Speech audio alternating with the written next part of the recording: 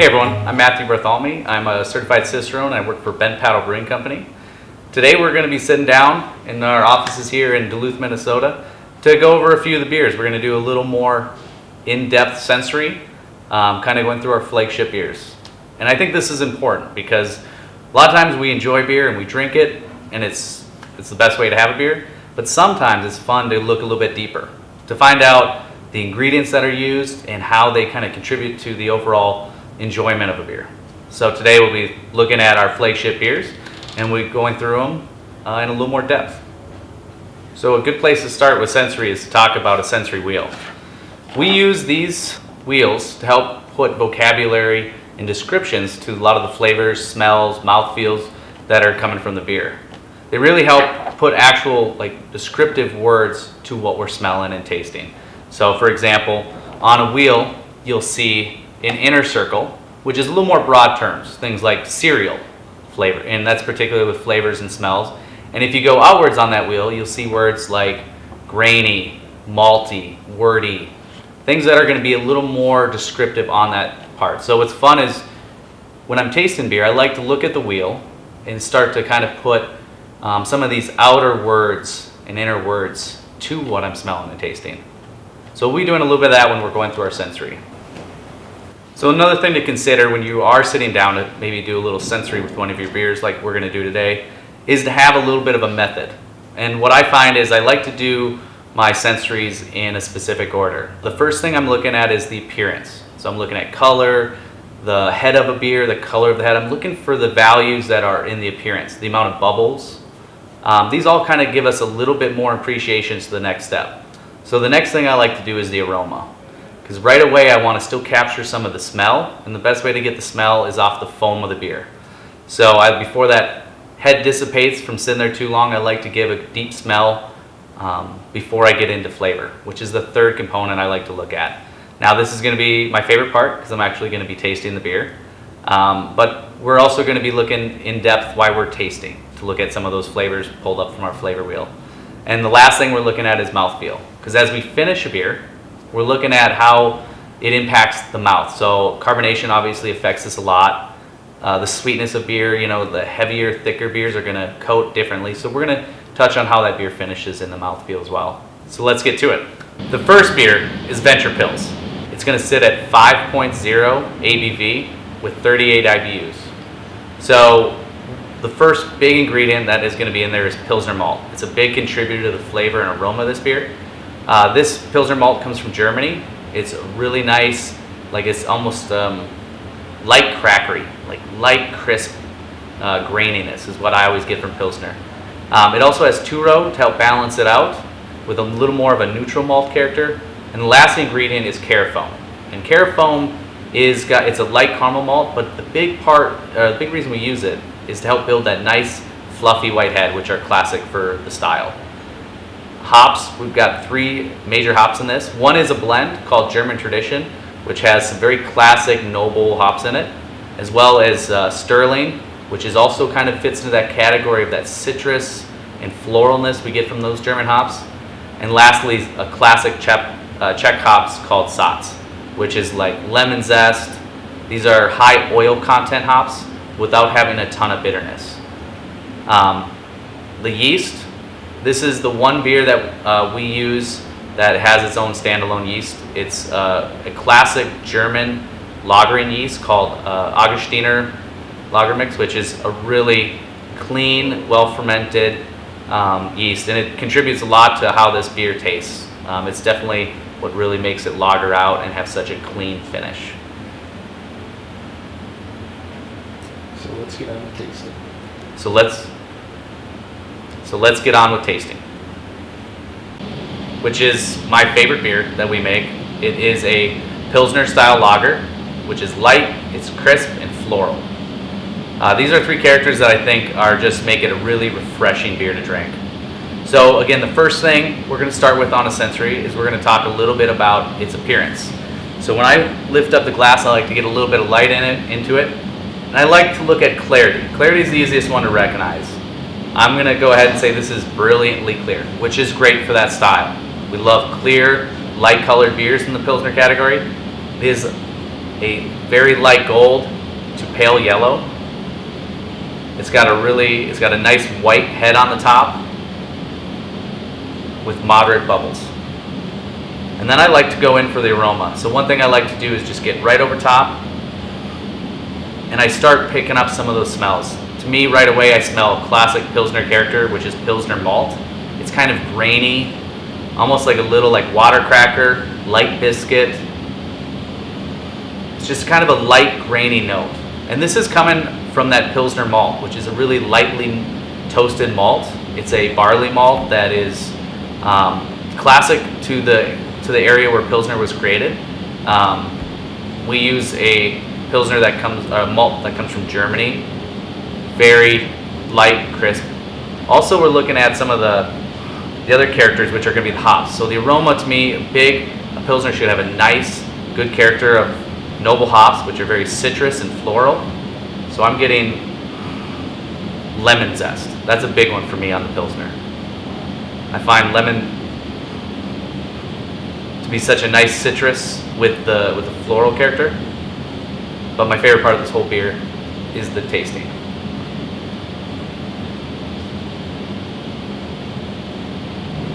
I get mirrors right into this beer. I get a lot of lemon zest, floral. The malt comes back in kind of a light, crisp malt, crackeriness. And the mouthfeel has a really nice character of bubbles. I mean, high carbonation in Pilsners are following through with this. Refreshing, it ends clean. It's just a nice crisp with almost just a touch of bitterness. What makes Venture Pils such a quality beer, I find that it has that nice hop character of lemon and floral, a little of that citrus, geranium kind of floral, but also a little bit of malt. You taste both pieces in nice balance. Fantastic beer. The next beer is Ben Hop. This is a golden IPA. It is a very well balanced, hop forward, citrus, and a little bit of piney character to it. This beer is a really well developed IPA, and it's our flagship. It's our number one seller. It sits at 6.2 ABV with 68 IBUs. It's got some really key ingredients. The malts are mostly 2-row, but we build in a little bit of sweetness with some of those low caramels like C10 and C20. They're going to add a little bit more of like a honey sweetness step to it, which really is going to balance out the hops. Which with the hops, we've got kind of a melody. We didn't want any one hop to be really the big character of this. We wanted them to be in kind of a symphony of flavors and aromas. So we've got a bunch of different hops. We use some for bittering like Glacier, which aren't as more prevalent. But we've also got some key ones like El Dorado, building a little bit of that tropical and citrus. Centennial is a big one, almost a touch of that grapefruit. CTZ is kind of a nice big bittering hop with a little bit of that piney character into it. And Cascade is going to be one of our classic mix of pine and grapefruit. So we're really going for a little bit of that citrus and pine character into this beer. And we use our house ale yeast, which is a pretty neutral based. It's going to only build in a little bit of the esters, a little bit of that fruity character, kind of elevate them, but still pretty baseline for a classic ale yeast. So let's get to the sensory part. The Ben Hop, as the name implies, or the style implies, golden IPA. I mean, I get kind of a nice deep gold to it. Brilliantly clear. And similar to the Pilsner, a nice bright white head.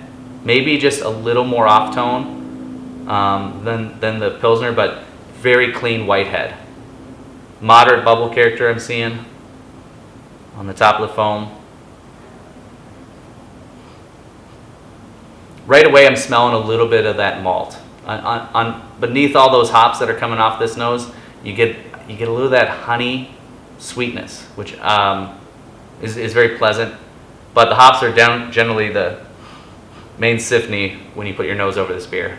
Lots of floral character, lots of citrus, and I'm getting a hint of almost that woody, piney resin.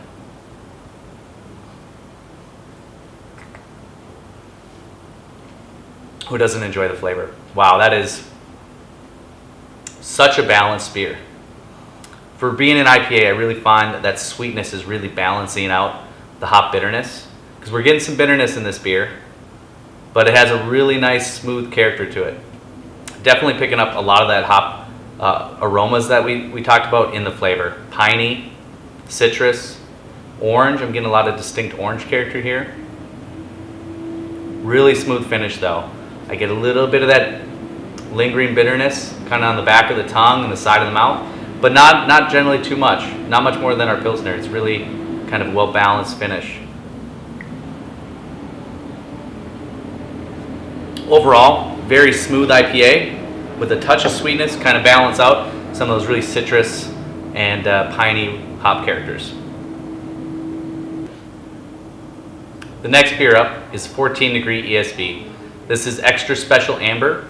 It is a really nice English style malt forward beer. It's coming in at 5.6 ABV with 32 IBUs, and it's going to feature a number of different classic English ingredients. So on our malt side, we use almost all English malts. We use our American two-row as the base, but then we build in kind of a variety of really nice English character. Golden Promise also builds in a little bit of biscuit flavor. Some aromatic, again, kind of in that biscuit area, as well as a couple caramel malts, C55 and C155. Kind of different levels of caramel. One's more of a little toffee and one's more deep into almost like cooked sugar. Very nice malt bill to give that English character, but the hops are kind of the highlight.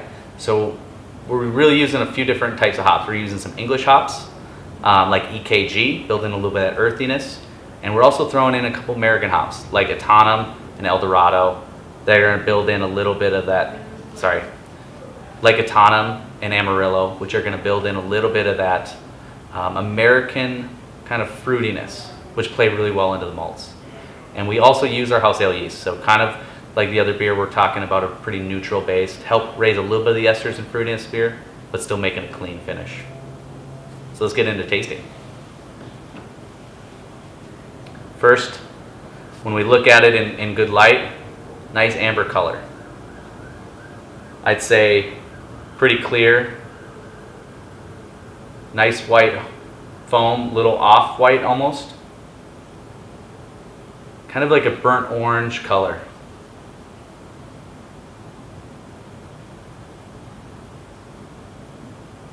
Wow, beautiful nose. Almost like, to me, like stone fruit. There's like almost like a cherry in there. Yeah, like almost like caramel covered fruit. It's very, very pleasant. Some of that's coming from the hops and some of that's playing in from the malt side.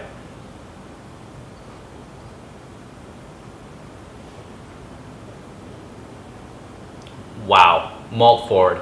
Big, I'm getting like cherry juice, like really nice ripe fruit. A little bit of breadiness. Pretty easy, but the malt is smooth. It's not overwhelming, it's pretty thin. A lot of flavor, but just kind of washes away really nice.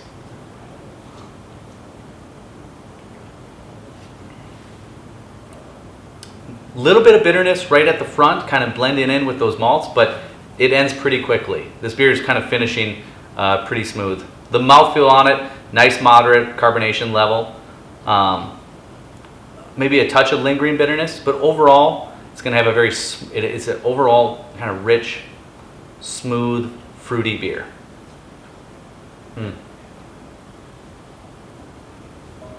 Overall, the one word to describe this beer is balance. So now we're going to get to the black ale, which is a really fun combo between kind of a porter and a stout. We like to say it's light and fruity like a porter, but it has a little bit of creaminess like you might find in some stouts. It's coming in at 6.0 ABV with 35 IBUs, and it features some really key malt components, not as much on the hops. So our malts are our big characters here.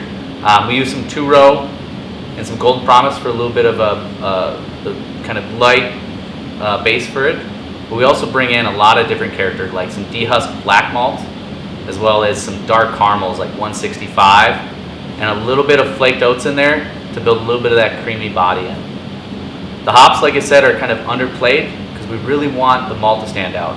So we've got some bittering hops like CTZ and a little bit of the flavor and aroma hops from Willamette, which is going to bring in a little bit of that light floral, touch of earthy, woodsy kind of character. Pretty neutral without being playing away from the kind of the roasty malt characters that we're looking for. This beer also is used with our house ale yeast. Again, playing in a little bit of that fruitiness from the esters, but overall pretty well neutral, letting these ingredients kind of shine by themselves. So let's get into the sensory.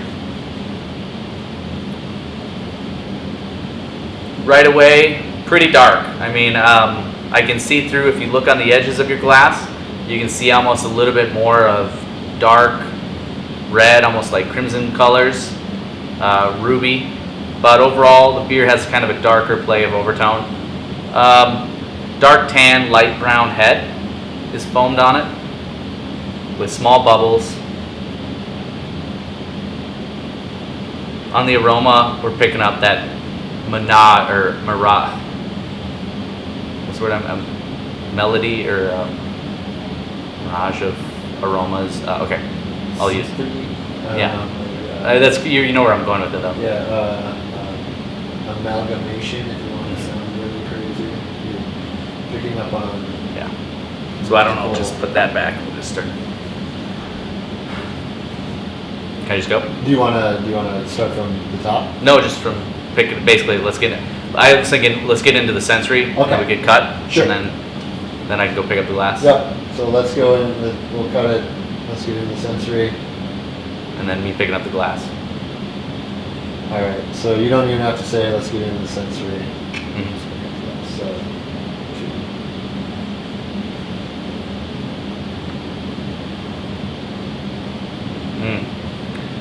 Right off the bat, the color is dark.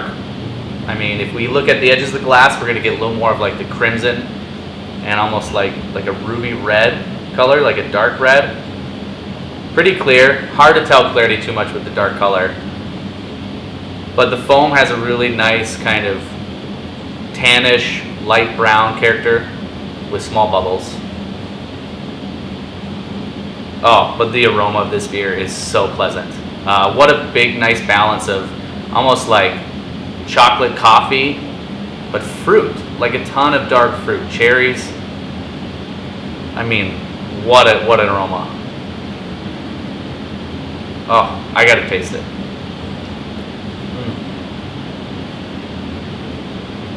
Really nice balance. Fruit, chocolate, almost a little bit of that like coffee flavor again. Some of those burnt characters from those heavily roasted malts.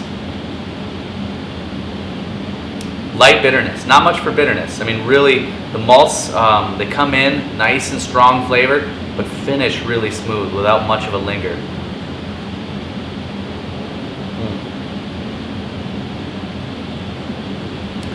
I mentioned cherries, but almost a little bit like a little bit of orange in there too. It's just got a really nice blend of fruit. That's a big part of this beer, is kind of finding that fruit and that roast balance. Mouthfeel on this, finish is smooth. I mentioned it's got a really kind of a clean finish, little to no bittering character, and even the light bitterness I'm getting in the mouthfeel is more coming from almost that burnt flavor, some of those deeper roast characters, without being that kind of lingering hop bitterness. Overall, really well balanced beer. I'd say with really tones of kind of that malt character, the dark fruits, the chocolates, and almost a little of that coffee flavor. Very nice. Next up, we're going to do the cold pressed black. This beer is very special to our company. It's a partnership between two great Duluth companies, Duluth Coffee Company, which is the roaster of the beans that we use, as well as our Duluth-based brewery. This beer itself is kind of a porter stout with the addition of coffee, cold pressed coffee added to it. So it's going to come in at 6.0 ABV with 35 IBUs. It has a really nice malt bill that consists of some basic malts like our Golden Promise and our 2-row, but then just filled with a lot of specialty malts. These are going to bring in a lot of the character of this beer. So we've got some caramel malts like 165. We've also got some dehusked black malt, which is going to add a lot of that darker roast flavor to the beer. And we also use a little bit of flaked oats, which is going to give us a little bit of that creaminess that we get from this beer. The hops on this beer are going to definitely be just into help play into some of those malts. So we use a little bit of bittering hops like CTZ, but the Willamette is going to be the one that we want a little bit of the flavor and aroma. It's going to provide a little bit of that floral, earthy, kind of neutral hop character tones. And we use our house ale yeast with this, again elevating a little bit of our esters without having too much and leaving it kind of clean with the nice easy finish. So let's get into sampling this beer. Right off the bat, sensory, I'm getting on appearance a dark color with a little bit of lighter highlights on the edges. So almost a little bit of a red, almost light brown color to it. The head itself, on the foam, I'm seeing kind of a off tan, almost like a light brown, small bubbles. Right off the bat, that Duluth coffee, that cold pressed coffee that we add into it is going to be the big nose. Coffee all the way. That's going to be a big part of this beer. Right off the bat, that's what I'm getting on my aroma. I can't find too much beneath that. So let's get in and taste it, see if it follows. Light in body. For such a darker beer, it's got a light body to it. Coffee, right off the bat, even kind of through the finish for me. Almost a little bit of that fruity character that we found in the black ale. But definitely more coffee flavor, which was really fun because one thing we were trying to do with this beer is elevate that coffee and those tones we get in the black ale back into the cold press, and it really did. I mean, this is such a smooth, roasty character we get. A little dark chocolate. I mean, you get some of those richer, dark flavors from the roasted malts. Almost, yeah, chocolate-covered espresso bean. Perfect example of how you're kind of playing the two in here. Really nice. The finish, low bitterness. Very light beer, in body, so it kind of has a nice, smooth, even finish. I'd say balance on the side of coffee. Very nice. Last, but definitely not least, is our Canoe Session Pale Ale. This is a very light, bright, and sessionable based pale ale. It has a really nice balance of having a lower ABV than the rest of our beers here today, but also having a lot of flavor contributing from our hops and our malts. So this beer clocks in at 4.8 ABV, and it has 48 IBUs. The big component on this beer is having that lighter ABV comes in from the malts, which is a very delicate balance, getting the flavor we want, but using less of it. So we use 2-row as a base malt, but we use 2 different lighter style crystal malts, as well as a touch of flaked oats. And this oats give us a little bit of that body to build back from kind of the lighter amount of grain. Hops on it, we got kind of a melody of a lot of citrus-based hops with a little bit of tropical fruit.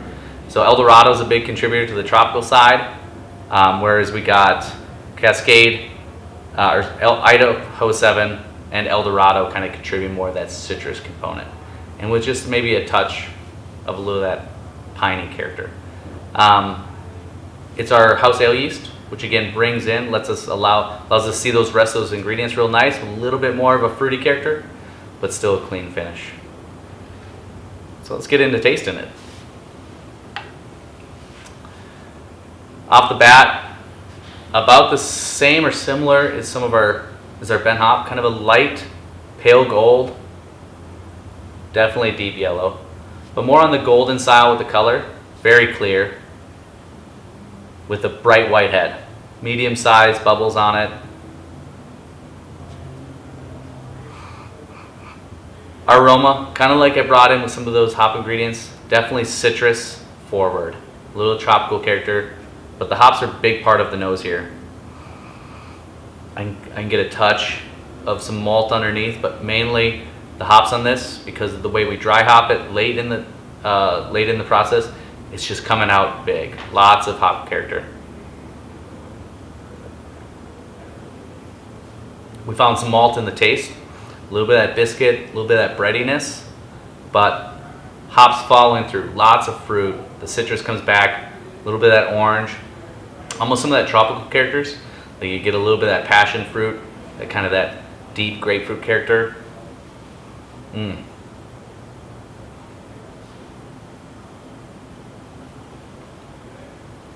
The finish and the mouthfeel on that, smooth. I mean, I think there's a nice balance in that malt flavor and hops, that the bitterness kind of doesn't have much of a big presence. A lot of bright carbonation on this beer. Really fun on the tongue and the mouth.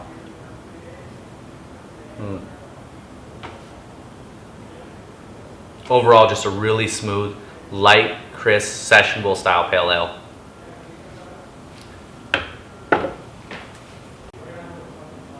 Well guys, that concludes our walkthrough of our sensory. I'm glad you got a chance to check it out with us. So if you have questions or comments, please leave those below, and we look forward to getting back to you. Cheers. That's the best one.